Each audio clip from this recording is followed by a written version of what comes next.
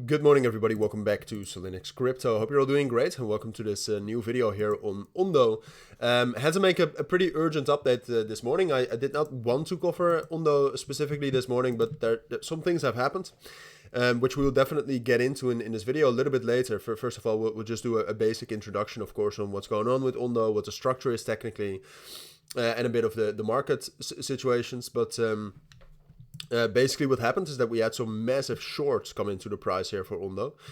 Pretty big, and you can also see a big spike here in volume, which is strange on a Sunday. So we'll talk about the different possibilities from there, and just in general what to expect from there. So just a little bit of a teaser on that. But first of all, let's just do a basic update on Ondo right here. Also just in general, I mean, I know a lot of you are interested in Ondo around my channels. So that's why I wanted to make a quick update. So purely technically, I mean, Ondo is still in the consolidation, albeit that we are testing the support levels, the bottom of this consolidation right here. But Ondo on its own is still here in this area between 89 cents and 78 cents. And if you zoom all the way out, I would say that levels here around 74, 75, and then also up here 92 cents are also still part of this balance of this range that Ondo is in. So now, like I said, we're testing the bottom of the range right here.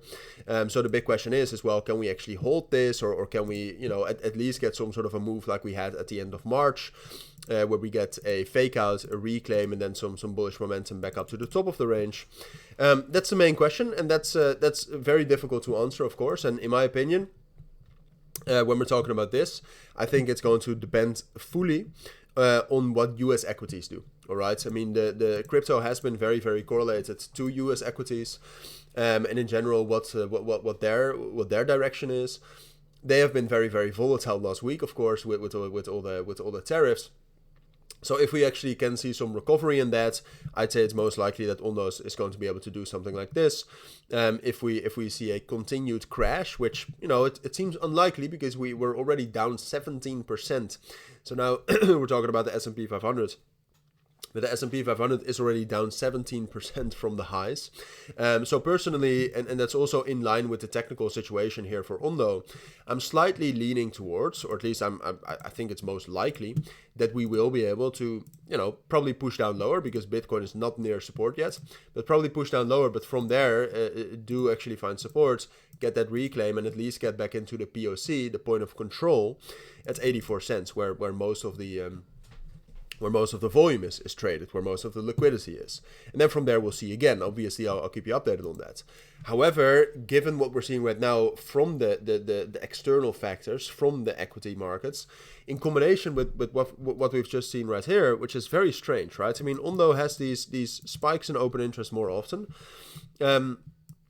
However, this is a very big spike. All right, and I'm not even sure what exactly happened right here, but you can see right here very, very clearly that it was short positions being opened. All right, massive short positions being opened right here. CVD goes down, open interest goes up, and then straight afterwards some positions were closed as well, but that really did not move the price that much.